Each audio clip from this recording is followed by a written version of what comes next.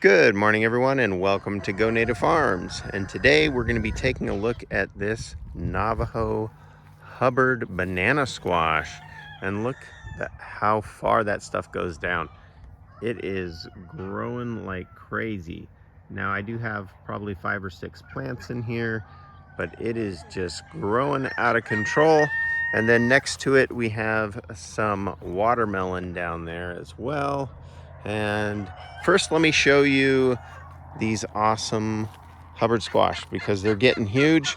We're gonna have to walk down the corn aisle to be able to get to them because these leaves are everywhere. But this down here is one of the biggest ones that I have growing so far, and that is approaching 2 feet. Might be hard to tell on the video, but it's approaching 2 feet. It's getting really big, and I've got quite a few squash on these vines. They're kind of everywhere in there, and they actually don't all grow banana shape.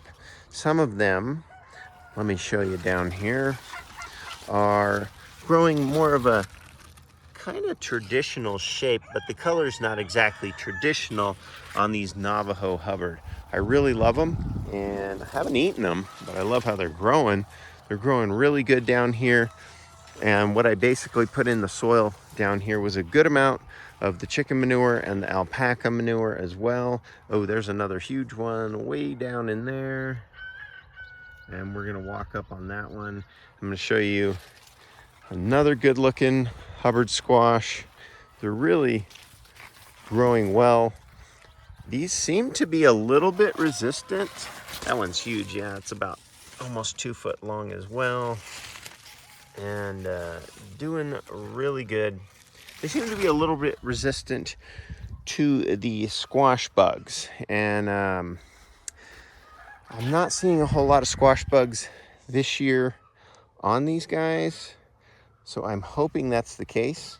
And if so, I'll give you guys some more updates on that, because squash bugs are little terrorists, and last year, just when they would bite my plants, they would sometimes kill the whole plant. They would transmit a virus or something like that. But these ones are doing better. Kind of have a whole bunch of them everywhere going on. And this was the till method we used here.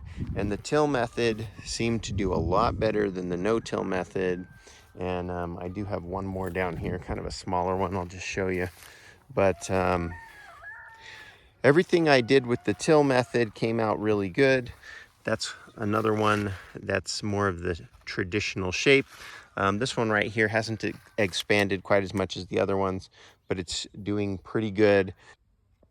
So the seeds from these Navajo Hubbard banana squash should be available at the end of the year, provided they do well for me. It's a pretty big squash, as you can see, and they will be available at the Native Seed Search. And then I will also put a link I'll put a link in the descriptions of the Navajo Hubbard I grew last year, which were a slightly different variety, not these banana ones, but more of the light green color that we traditionally see. But these ones are really awesome. I'm liking these ones a lot.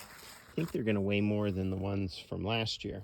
But yeah, if you're interested, continue to follow my videos, and I will put links when these become available at the Native Seed Search. Of course, you know, we never know how the seeds are going to turn out, so you can't count your squash or your chickens before they hatch, and hopefully they do well. So thank you guys for tuning in and watching, and we'll continue to do updates. I'm going to come back and show you guys one more trick here that I'm using with the squash and the watermelon, because I have a row of watermelon.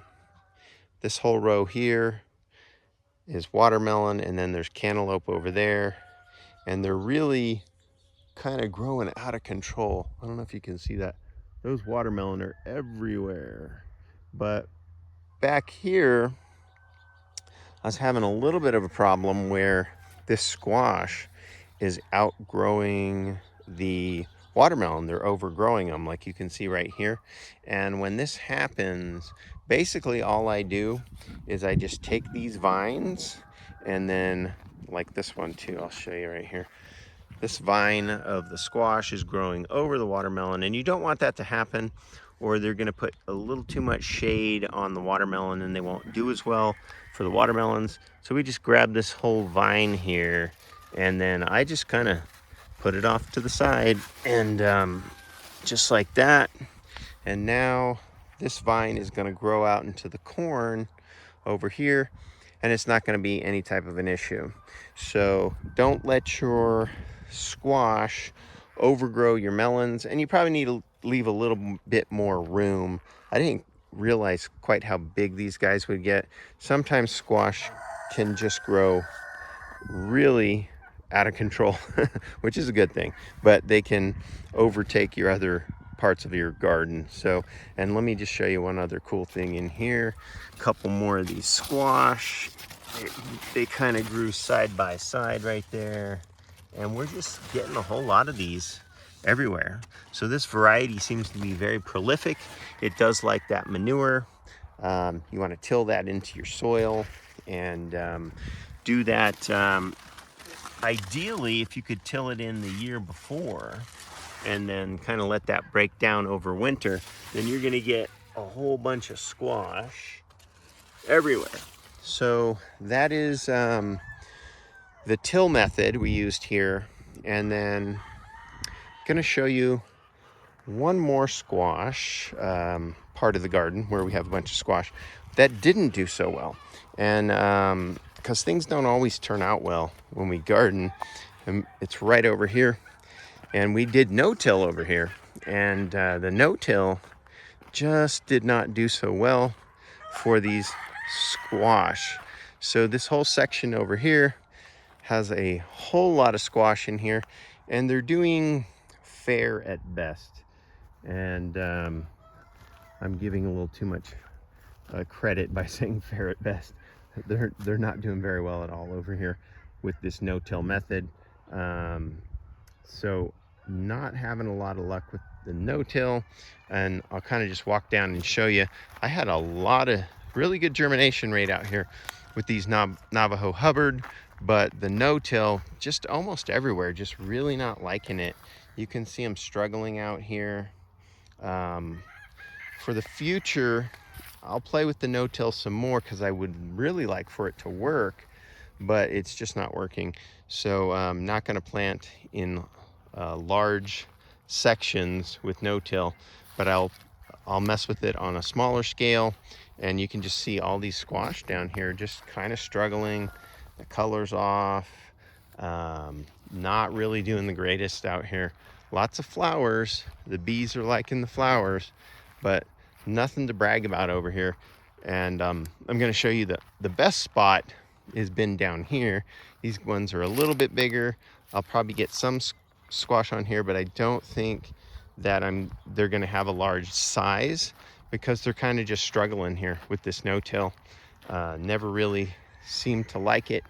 And yeah, there is a couple squash down here, but they just not looking so good, which is unfortunate because I had quite a lot of germination rate down here. Good germination rate, quite a few, but just not doing what I wanted.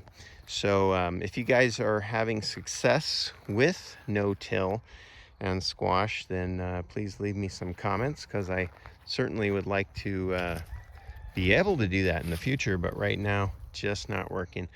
Thank you guys very much for tuning in, and please do like and subscribe, and have a great day.